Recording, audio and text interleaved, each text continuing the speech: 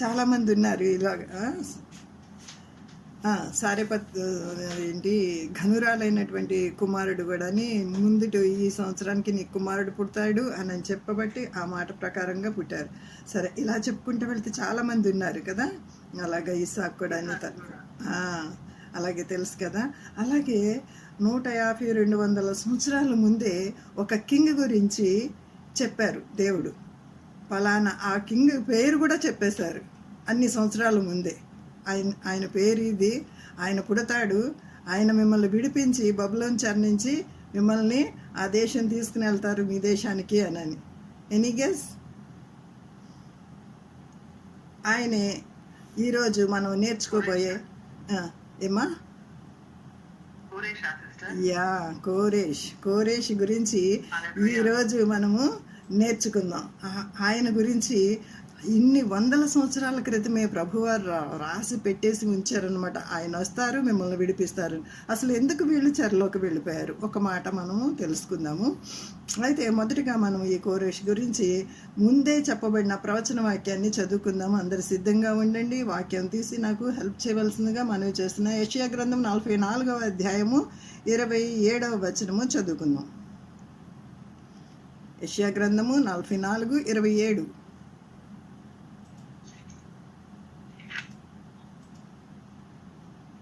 నేనే నీ నదులను ఎండజేయుచున్నాను. ఎస్ ఎస్ ఎస్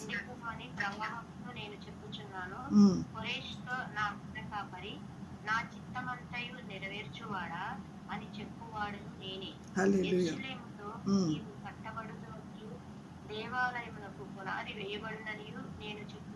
హల్లెలూయా. చూసారండి, ఎన్ని సంవత్సరాలు, కొన్ని వందల సంవత్సరాల ముందే వీళ్ళు బబులోను చెరకు వెళ్ళిపోతారని, వాళ్ళని నేను విడిపిస్తానని, కోరేష్ అనేటువంటి రాజు వచ్చి మిమ్మల్ని అన్య రాజు వచ్చి విడిపిస్తాడని దేవుడు ముందే చెప్పినట్లుగా చేశారు. మన దేవుడు వాగ్దానాలు ఇచ్చి నెరవేర్చువాడు కదండి.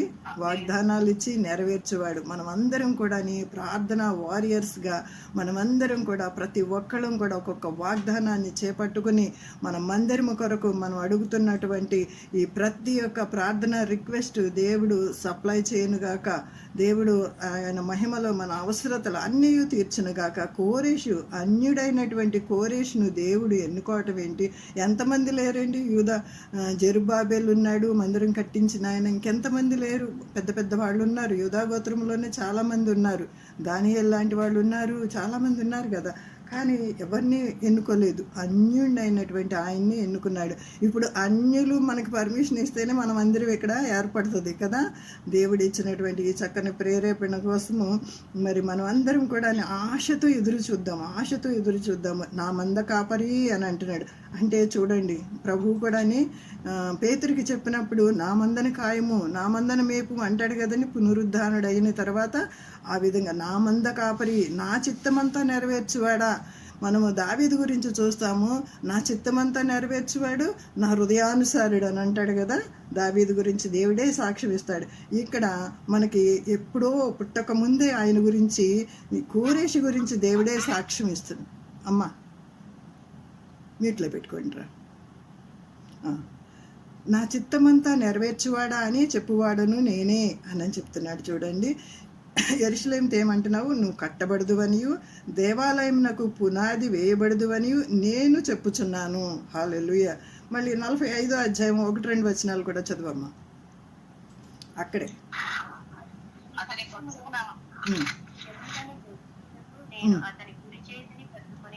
హల్లెలూయా. ద్వారములు అతని ఎదుట వేయబడకుండా తలుపులు తీసేదను అని యెహోవా తాను అభిషేకించిన కోరేష్ గురించి సెలవిచ్చుచున్నాడు. చాలమ్మా. తర్వాత మరలా చదువు. కానీ ఏమంటున్నాడు ఇక్కడ? అతని పక్షంన జనులను జయించుటకు నేను అతని కుడి చేతిని పట్టుకొని ఉన్నాను. కోరేషు కుడి చేతిని దేవుడే పట్టుకుని నడిపిస్తున్నాడండి. నేను రాజుల నడికట్లను విప్పెదను, ద్వారములు ఎదుట వేయబడకుండా తలుపులు తీసేదను. అని యెహోవా తాను అభిషేకించిన కోరేషు గురించి చెప్తున్నాడు. దేవుడు కోరేషుని అభిషేకించాడంట.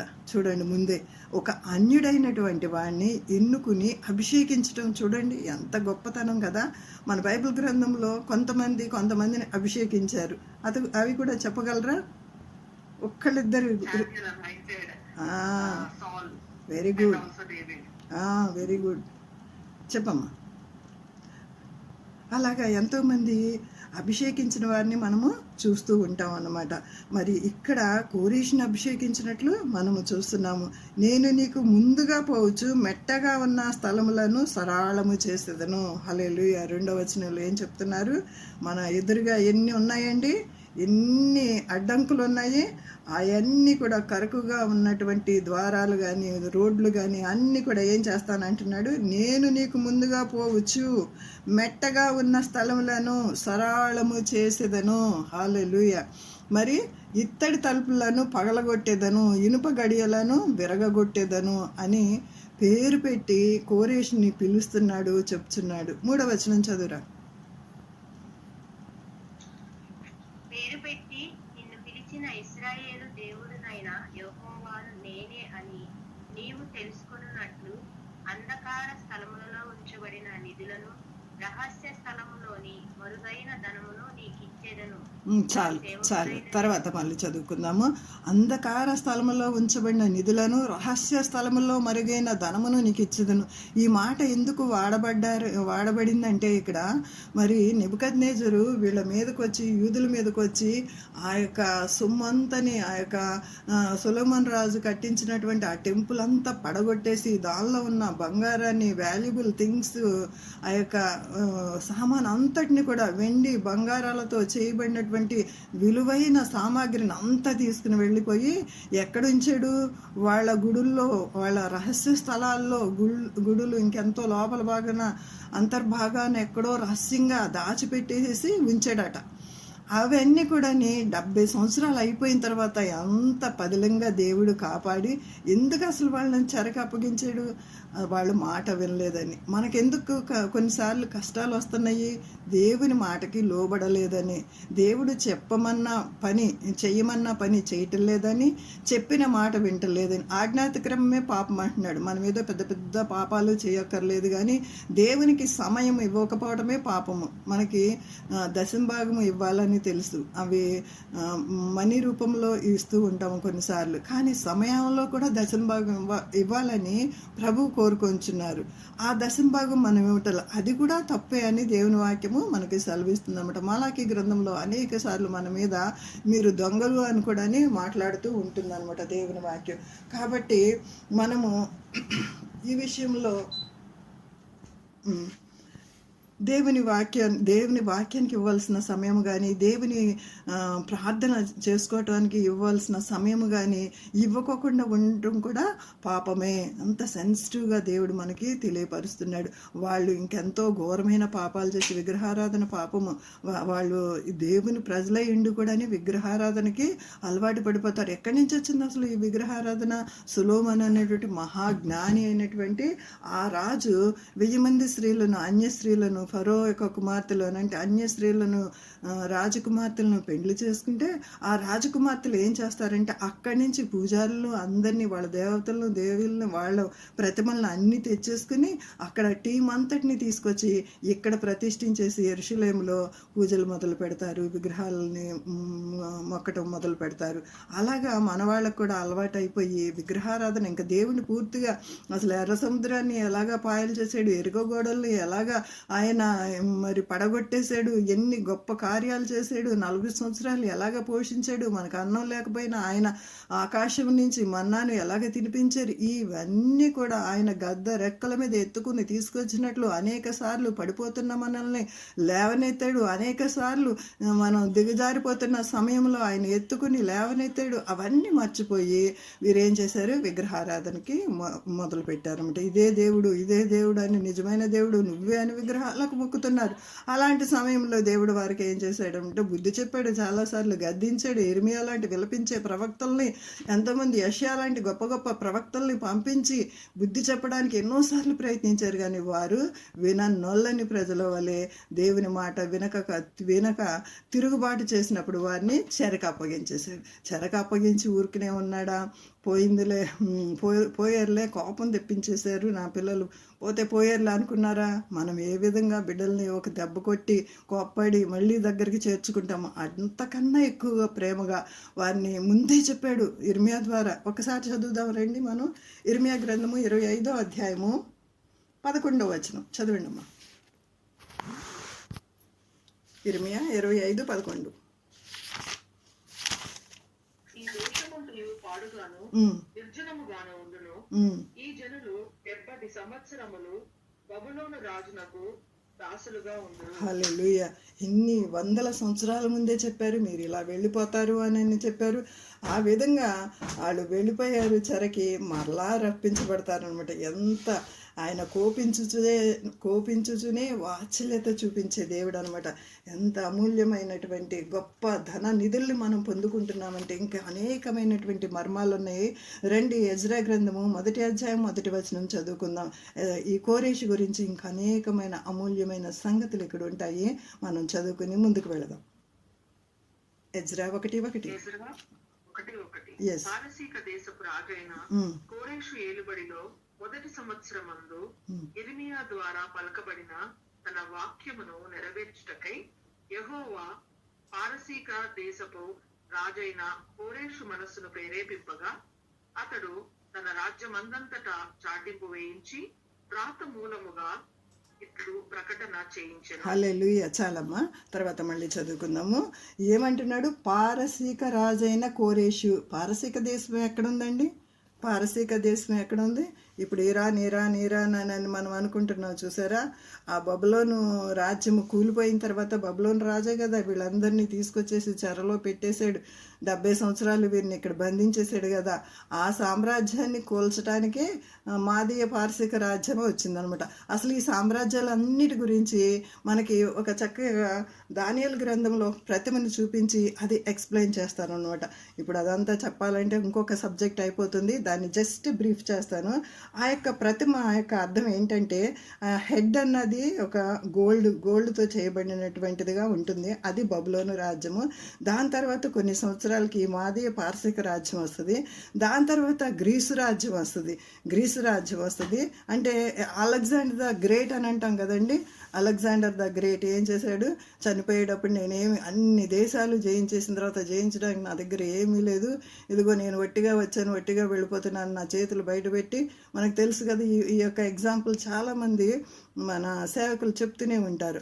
అలెగ్జాండర్ ద గ్రేట్ అంత కాంకర్ చేసి వెళ్ళిపోతూ ఆయన 2 చేతులు బయట పెడతాడనమాట. ఆ యొక్క గ్రీసు దేశము తర్వాత ఏమొస్తుందంటే రోమా ప్రభుత్వంలో అప్పుడు ఆ సమయంలో యేసు ప్రభు వస్తారనమాట. రోమా ప్రభుత్వం అంటే రోకటిలో ఆయన సిలువ వేయబడతారనమాట.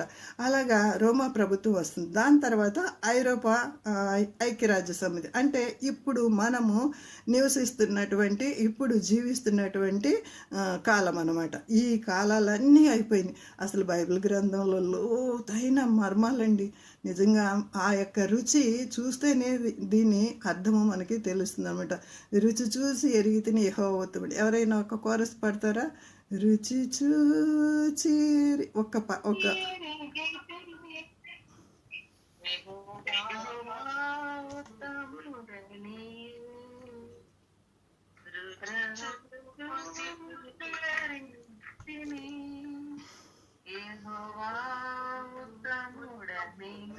చాలండి, చాలు చక్కగా అందరూ ఏకీభవించి అందరికీ వచ్చిన పాట, ఎంతో చక్కని పాట అనమాట అది. అయితే ఈ పారసీక రాజ్యం అన్నది ఇక్కడి నుంచి వస్తుందన్నమాట. దానియేలు గ్రంథంలో ఈ విషయాలన్నీ దానియేలుకి దేవుడు ఎప్పుడో బయలుపరిచాడు.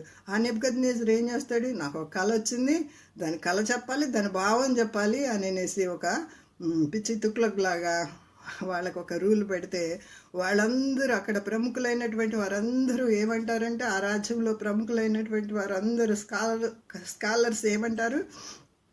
రాజా మీరు కళ చెప్పండి, కళ చెప్తే మేము భావం చెప్తామా అని అంటారు.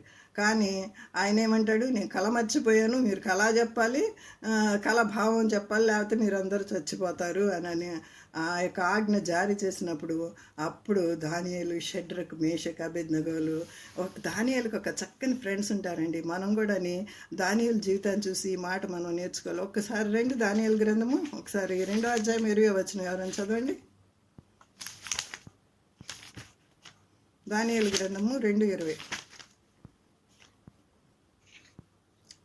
19 నుంచి చదవమ్మా. 19.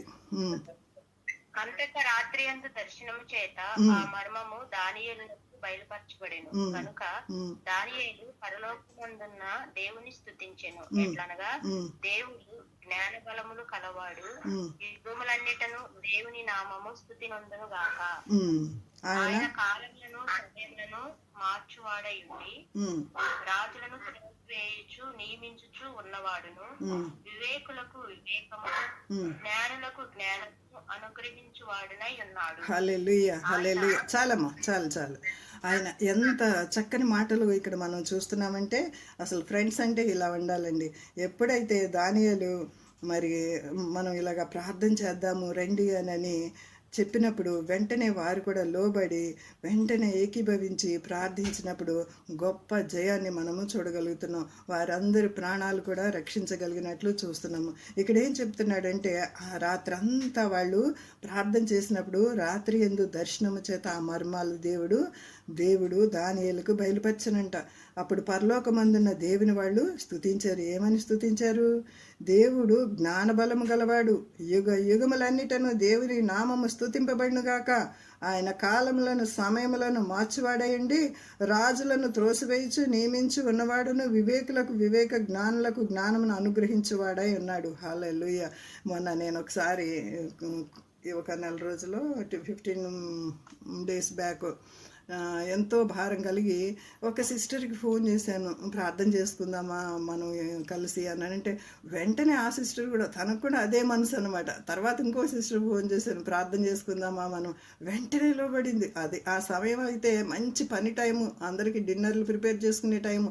ఆ టైంలో కూడా మరి ఏక మనసు కలిగి మన అందరం కూడా ఈ విధంగా ప్రార్థన చేసుకుంటున్నామంటే నిజంగా దానియేలు స్నేహితులు ఉన్నట్లు మన యొక్క గ్రూప్ కూడా అలాంటి ప్రార్థన వీరులుగా లేవనెత్తబడుదుముగాక. హల్లెలూయా. నమ్మిన వాళ్ళు హల్లెలూయా చెప్పండి.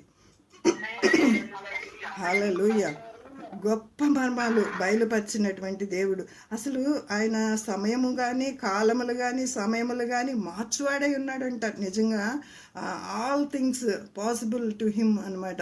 అందుకని in his time he make all things beautiful. మనకు కూడా మందిరం ఇవ్వడానికి ఆయన సిద్ధముగా ఉన్నాడు. కానీ మనము సరిచేయబడాలని ఆయన ఎదురు చూస్తూ ఉన్నారన్నమాట. అందుకని వాళ్ళని 70 సంవత్సరాలకి చెరక అప్పగించారు, కానీ మనల్ని 7 సంవత్సరాల నుంచి మనం తిప్పిస్తున్నారు, ఇదిగో ఇస్తాం అదిగో ఇస్తామని. నాకు అలాగా కంపేర్ చేసుకోవాలనిపించింది అనమాట. కానీ దేవుడు తప్పకుండా విడిపిస్తాడు, మనకి చక్కని స్థలాన్ని ఇస్తాడు, మందిరాన్ని కూడా మనకు అనుగ్రహిస్తాడు. ఇంకా ముందుకు వెళదాం రండి. ఈయన పారసీక దేశపు రాజు అయిన కోరేష్ అని చదువుతున్నాం కదా. తర్వాత ఇరిమియా ద్వారా పలకబడిన మాట కూడా మనం చదివాం కదా మొదటి వచనంలో. తర్వాత కోరేషు మనసును ప్రేరేపింపగా. హల్లెలూయా. ఈ వాక్యం మనం పట్టుకుందామండి. ఏ విధంగా మీరు కోరేషు మనసును ప్రేరేపించారో ప్రభువా, మా యొక్క అధికారులు అంటే మినిస్టర్ల మనసు కూడా మీరు ప్రేరేపించండి, యూనియన్ వాళ్ళ మనసును కూడా మీరు ప్రేరేపించండి అని మనం వాక్యం ఎత్తి ప్రార్థించినప్పుడు గొప్ప కార్యాలు మనము చూస్తామండి. మరి ఆ విధంగా కోరేషు మనసును ప్రేరేపించినప్పుడు అతను ఏమని చాటింపేస్తున్నాడో చూడండి. అతడు తన రాజ్యం అంతటా చాటింపు వేశాడంట. అసలు బానిసలుగా 70 సంవత్సరాల నుంచి వారి దేశంలో వాళ్ళు స్థిరపడిపోయి ఉన్నవాళ్ళు కదా, వాళ్ళని మీరు వెళ్ళిపోండి అని ఎవరన్నా అంటారండి? ఇంకా వెట్టి పనులు చేయించుకోవాలి. ఆ ఇశ్రాయేలీలు ఐగుప్తులో ఉన్నప్పుడు ఎంత వెట్టి పనులు చేయించుకున్నారు, ఎంత భయంకరంగా వాళ్ళని పని చేయించుకున్నారండి. కానీ వీళ్ళు ఇక్కడ అలా లేరు. అలా లేరు. వీళ్ళు దానియేలులాగా గొప్ప గొప్ప ప్రైమ్ మినిస్టర్ పోస్టులో ఉన్నారు. ఇప్పుడు ఎస్తేరు కూడా అదే రాజ్యంలో ఉంది. ఆమె కూడా ఒక గొప్ప రాణిలాగా ఉంది. మనం లాస్ట్లో మనం క్విజ్ చూసుకుందాము. ఎస్తేరు గ్రంథం నుంచి ఈరోజు మనకి క్విజ్ ఉంది. 1వ అధ్యాయం నుంచి 5వ అధ్యాయం వరకు, అది లాస్ట్లో మనం చూసుకుందాము. మరి ఎస్తేర్ని కూడా రాణి చేయించినట్లుగా అన్ని తారుమారు చేసేసాడు. అక్కడ ఎస్తేరు గ్రంథంలో అన్ని తారుమారు అయిపోతాయి. మొర్దెకాయ ప్లేస్లోకి అతను హామాన్ ఉన్న ప్లేస్లోకి మొర్దెకాయ వస్తాడు. వష్టి రాణి, మహారాణి అయినటువంటి ఆమెను దించేసి దేవుడు అనాథగా ఉన్నటువంటి ఈమెను ఎక్కిస్తారు. మరి ఎస్తేరు రాణిని ఎక్కిస్తారు. మరి యూదులకు హామాను ఎంత కుట్ర చేసినప్పటికీ అది కూడా తలక్రిందులు అయిపోతుంది. అంత రివర్స్ రివర్స్ రివర్స్ వాళ్ళ ప్లాన్లన్నీ కూడా మన పక్షాన ఏమైతే మనము ఏమి ఆశిస్తున్నామో మనకి వ్యతిరేకంగా ఏవైతే ప్లాన్లు జరుగుతున్నాయో ఈ కాలనీలో అవన్నీ కూడా దేవుడు వ్యానిష్ చేయను గాక, తారుమారు చేయను గాక దేవుడు. మరి ఒక్కొక్కరిని దేవుడు లేవనెత్తుకుంటా ఉంటాడనమాట. వాళ్ళు బానిసలుగా లేరు. అక్కడ బబులోను దేశంలో ఉన్నతమైన స్థానాల్లో ఉన్నట్లుగా మనము చూస్తాం అనమాట. అయితే ఆయన చాటింపు చేసి ఏమంటున్నాడంటే, కోరేష్ రాజు ఏమంటున్నాడంటే, వ్రాత మూలముగా ఇట్లు ప్రకటన చేయించాను. ఏమని ప్రకటన చేయిస్తున్నారు? 2వ వచనం చదవండి అమ్మా. ఇప్పుడు ఎజ్రా గ్రంథము 1వ అధ్యాయము 2వ వచనం ఇక్కడే ఉందాం మనం.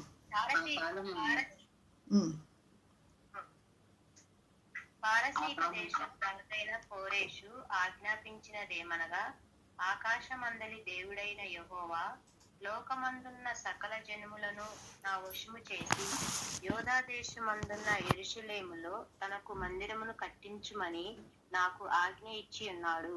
హల్లెలూయా. చాలు మళ్ళా చదువుదాము. 3వ వచనము మళ్ళా చదువుదాము. ఆకాశమందులి దేవుడైన యెహోవా అంటే ఈయన ఏమి గ్రహిస్తున్నాడంటే, ఆయన విగ్రహారాధికుడు అయ్యుండి కూడాని ఏం గ్రహిస్తున్నాడంటే, ఒకే ఒక దేవుడు ఉన్నాడు, ఆయన ఆకాశమందున్నాడు అని ఆయన గ్రహిస్తున్నాడండి. నిజంగా ఈ కాలనీ వాసులు కూడా వాళ్ళకి తెలుసండి, చాలామందికి తెలుసు. మనం ఏదో ఆచారాలు అన్నీ ఫాలో అవుతున్నాం, కానీ నిజమైన దేవుడు ఒకడు ఉన్నాడని తెలుసు. అందుకే మనకి ప్రార్థన జరగకుండా ఆటంకాలు జరిగించేది. వీళ్ళకి గనక వదిలిపెట్టేస్తే వీళ్ళు విజృంభించేస్తారు. అసలు భూలోకమునకు తలక్రిందులు చేయవారు ఇక్కడ కూడా వచ్చి ఉన్నారని మనం శిష్యుల గురించి ఏ విధంగా సువార్తల్లో అదేంటి మన పౌలు గారు రాసిన పత్రికల్లో ఏ విధంగా అయితే మనం చదువుకుంటామో అట్లాగా వీళ్ళకి కూడా ఒక భయం అనమాట, వీళ్ళు ఇంకా విజృంభించేస్తున్నారని. అందుకని అనేకమైన దాడులు మన యొక్క ఆరాధన ఆపడానికి తోక ఆడిస్తూ ఉంటాడు సాతాను. కానీ సాతాను ఏవి క్రియలు జరగవు, విజయము మనదే. తర్వాత తప్పకుండా మనం గొప్ప మందిరాన్ని తీసుకోబోతున్నాము, మనం మందిరాన్ని కలిగి ఉండబోతున్నాము. మరి నమ్మినట్లయితే దేవుని మహింపరచుదాం. హల్లెలూయా. ఏమంటున్నాడు? ఆకాశమందలి దేవుడైన ఆకాశమందలి దేవుడైన యెహోవా లోకమందున్న సకల జనములను నా వశము చేసి యూదా దేశమందున్న యెరూషలేములో తనకు మందిరము కట్టించమని నాకు ఆజ్ఞాపించున్నాడు. చూసారా ఎలా వెళ్ళి ప్రేరేపణ కలిగి చేస్తున్నాడు. చూస్తున్నారా ఏ విధంగా ప్రేరేపణ ఇస్తున్నాడో? ఆకాశమందున్న దేవుడని గ్రహిస్తున్నాడు. యూదా దేశమందున్న యెరూషలేములో మందిరం కట్టమని నాకు ఆజ్ఞాయించాడు, నా కల్లోకి వచ్చి చెప్పాడు. నవేడేస్ మనం ఇరాన్లో చూస్తున్నాం కదండి, యేసుప్రభు అంట అనేకులు కల్లోకి వచ్చి చెప్తున్నాడంట నేనే నిజమైన దేవుడని. వాళ్ళకి ఎలా తెలుస్తుంది? అసలు సువార్త అందటంలా కొంతమందికి ఎక్కడో సీక్రెట్గా వాళ్ళు ప్రార్థన చేసుకుంటూ ఉన్నారు. అలాంటి ప్లేస్లో అలాంటి పరిస్థితుల్లో దేవుడే స్వయంగా వెళ్ళి రివీల్ చేసుకుంటున్నాడు నేనే నిజమైన దేవుడినని. మనం అనేకమైన టెస్ట్ మన్లు వింటున్నాం. అలాగే కోరేషు కూడా ఆయనే రివీల్ చేసుకున్నాడు, ఆయనే ఆయనే తెలియపరుచుకున్నారు నేనే నిజమైన దేవుడినని. ఆయన చెప్తున్నాడు, దేవుడు రాత్రి నా కల్లోకి వచ్చి నాకు మీరు వెళ్ళి మందిరం కట్టుకోండి అని చెప్పాడు. అట్టి విధంగా మన అధికారులందరితో కూడా దేవుడు బలమైనటువంటి వాక్కును పంపించును గాక. హల్లెలూయా, హల్లెలూయా. కావున హల్లెలూయా. మూడో వచనం చదవండి అమ్మా. 3వ వచనం. కావున మీలో ఎవరు ఆయన జనులై ఉన్నారో వారు యోధా దేశం నుండున్న యెరూషలేమునకు బయలుదేరి యెరూషలేములోని దేవుని మందిరమును అనగా ఇశ్రాయేలీయుల దేవుడైన యెహోవా మందిరమును కట్టవలెను. వారికి దేవుడు వారికి సహాయము తోడయిండును గాక. హల్లెలూయా. ప్రతి వాగ్దానాన్ని మనం ఈరోజు మనం సంపాదించుకుందాం, ప్రతి వాగ్దానాన్ని సంపాదించుకుందాం. ఏమంటున్నారు? మీలో ఎవరు ఆయన జనులై ఉన్నారో వారు యూదా దేశమందున్న యెరూషలేమునకు బయలుదేరి యెరూషలేములోని దేవుని మందిరమును, అనగా ఇశ్రాయేలు దేవుడైన యెహోవా మందిరమును కట్టాలి అని దేవుడు వెళ్ళి వాళ్ళ కళ్ళలో మాట్లాడినప్పుడు మరి మళ్ళీ ఏమంటున్నాడు? వారి దేవుడు వారికి తోడయిండునుగా. ఒక అన్యుడు నమ్ముతున్నాడండి, ఒక అన్యుడు నమ్ముతున్నాడు. నిజంగా ఈ అన్యులందరూ కూడా మారటానికి దేవుడు మనల్ని అందరినీ వాడుకుంటున్నాడేమో. ఒక సువార్త పత్రికల్లాగా మనం లేవనెత్తబడాలి. ఈ కాలనీలో ఒక్కొక్కరు ఒక దివిటీలాగా లేవనెత్తబడాలి.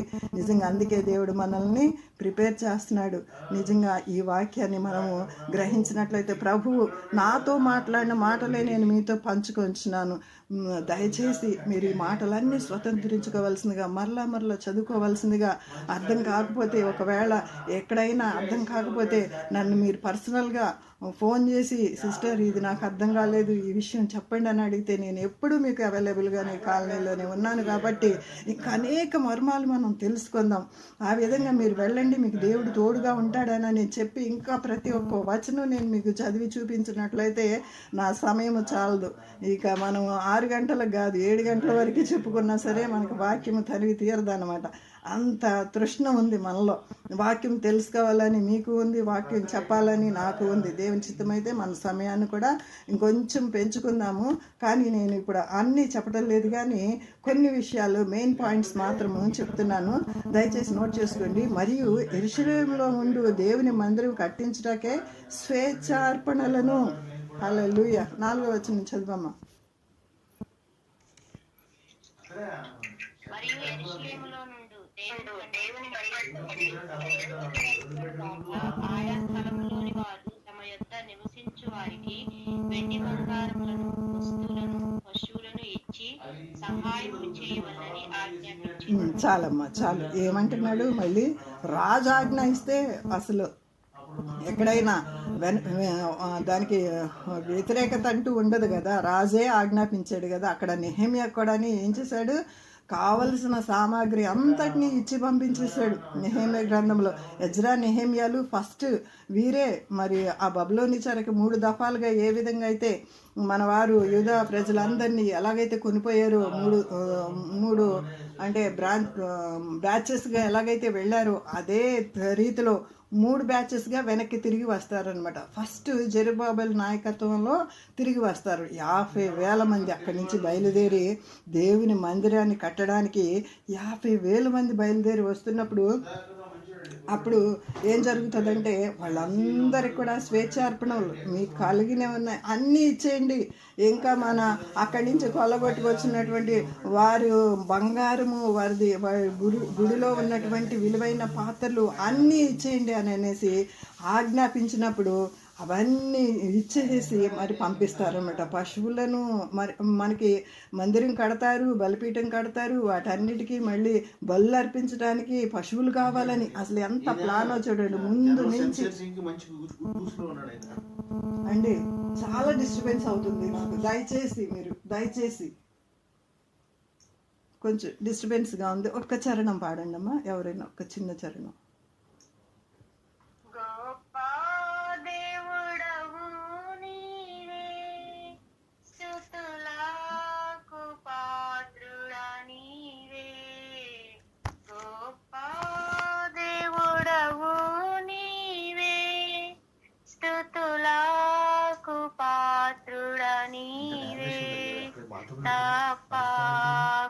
ఆరాధింతు దయాళుడవు నీవే, తప్పక ఆరాధింతు దయాళుడవు నీవే. రుచి చూచి ఎరిగితిని యెహోవా ఉత్తముడనియు. హల్లెలూయా, హల్లెలూయా. చాలమ్మా. ఎంత చక్కగా మరి సహకరిస్తున్నందుకు హృదయపూర్వక వందనాలు చెల్లించుకుంటున్నానండి. అలాగే ఒక మాట చదువుకున్నారండి. ప్రోవెబ్స్ 21:1 వచ్చి కూడా చదవండి అమ్మా. ప్రోవెబ్స్ 21:1. రాజుల హృదయములను నీటి కాలువల వలె త్రిపుతాడంట దేవుడు.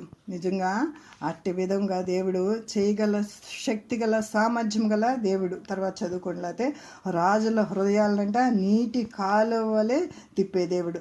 ఇంకా ఈ కోరేష్లో అసలు మనం ఒక గొప్ప లక్షణాలు చూడవచ్చు. ఏంటంటే first man in the history ఏంటంటే సంస్కరణ చట్టాన్ని తీసుకొచ్చింది. అందరూ ఈక్వల్ అనేటువంటి సంస్కరణ చట్టాన్ని తీసుకొచ్చింది ఈయనే.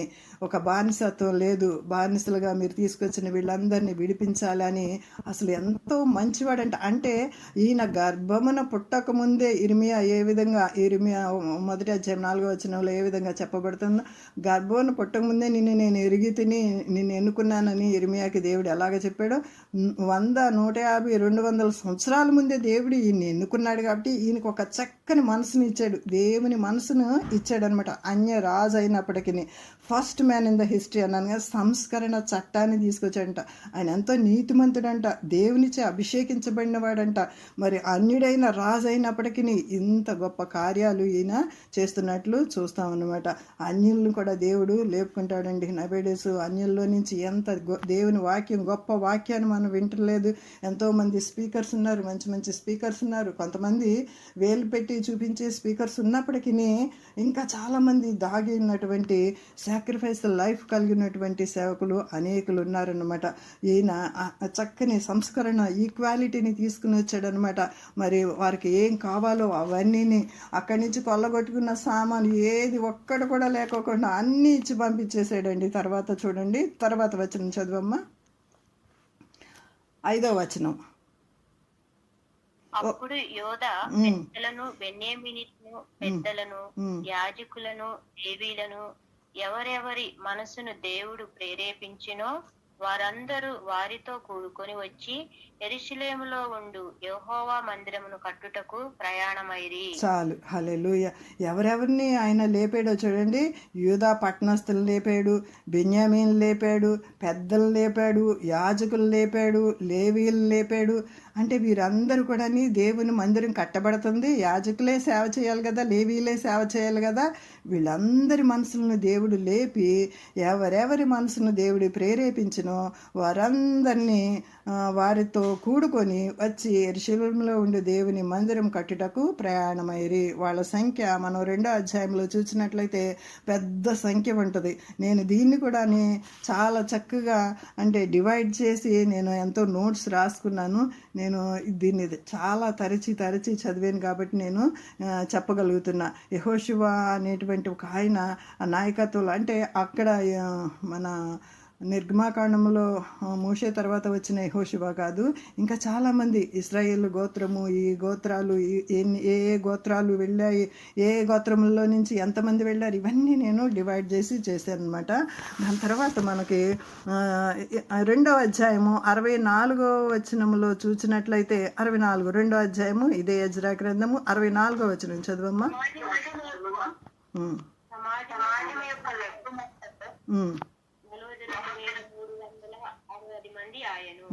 తర్వాత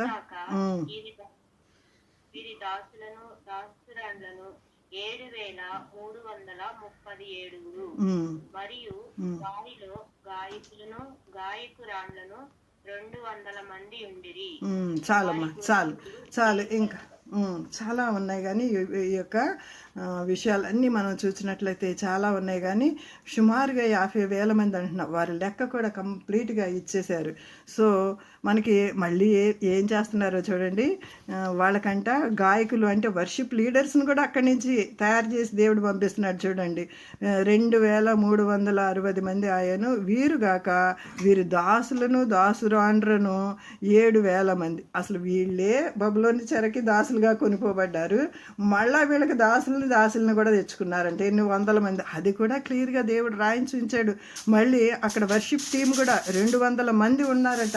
ఆ వర్షిప్ టీం కూడా మనకి మెన్షన్ చేయబడుతుంది. అంటే దేవుడు అసలు ఎంత గొప్ప ప్రణాళిక కలిగి ఉన్నారు. నిజంగా మన యొక్క కేడీసీలో కూడా ఇలాంటి ప్రణాళిక దేవుడు ఎప్పుడో కలిగి ఉన్నాడు. కానీ వీటిని మనం స్వతంత్రించుకుంటకు మనం ఒక గ్రూప్గా ఫామ్ అయ్యి లేడీస్గా, ఒక స్త్రీలుగా మనము మన యొక్క హస్బెండ్స్ని ప్రోత్సహించుదాము, ప్రార్థన సహాయం చేద్దాము. వారు ముందుకు వెళ్తున్నప్పుడు వాళ్ళని ఏమాత్రం వెనక్కి లాక్కోకుండా ప్రార్థనతోటి వాళ్ళని ముందుకి మనము పంపించుదాము. మరి దేవుడు ముందే చూశాడు, ఎంతమంది వర్షిప్ లీడర్స్ కావాలో చూశాడు, ఎంత బలి పశువులు కావాలో చూశాడు, వారికి ఎంత మనీ కావాలో చూశాడు. అన్నీ ఎరిగిన దేవుడు, హృదయ రహస్యాలు ఎరిగిన దేవుడు వాళ్ళకి అన్నీ సమకూర్చి పంపించాడండి. ఇంకా కోరేష్ గురించి చెప్తే ఇంకొక రోజు లెసన్ అవుతుంది. మిగతా విషయాలు మరి మనం తర్వాత తెలుసుకుందాం. ఇప్పటికే చాలా సమయం అయిపోయింది. సమూయేలు గ్రంథము 2వ అధ్యాయం 8వ వచనంలో ఒక్కటి చదవండి, ఒక్క మాట చదువుకోండి. మొదటి సమూయేలు 2వ అధ్యాయము 8వ వచనం.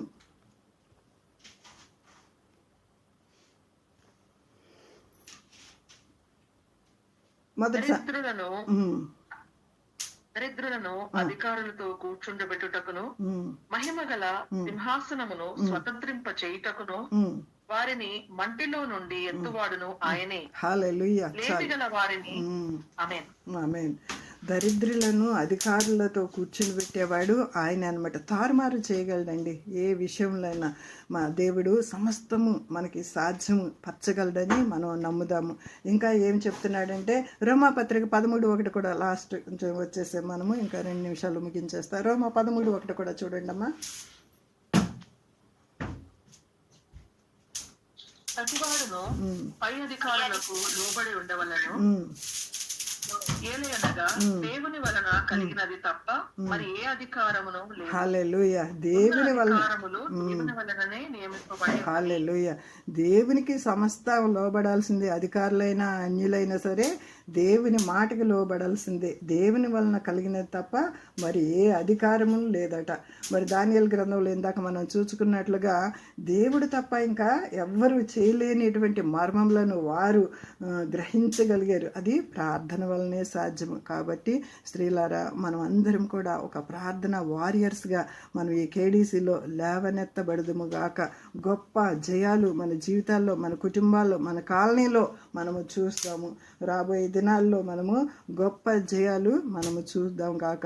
దేవుడిచ్చిన వాక్యాన్ని దీవించిన గాక. ఇది మన వలన కలిగినది కాదు, దేవుని వలనే కలిగినది అని ప్రతి ఒక్కరు గ్రహించినట్లుగా దేవుడు గొప్ప కార్యములు మన పట్ల చేయనుగాక. హల్లెలూయా. ఆమేన్.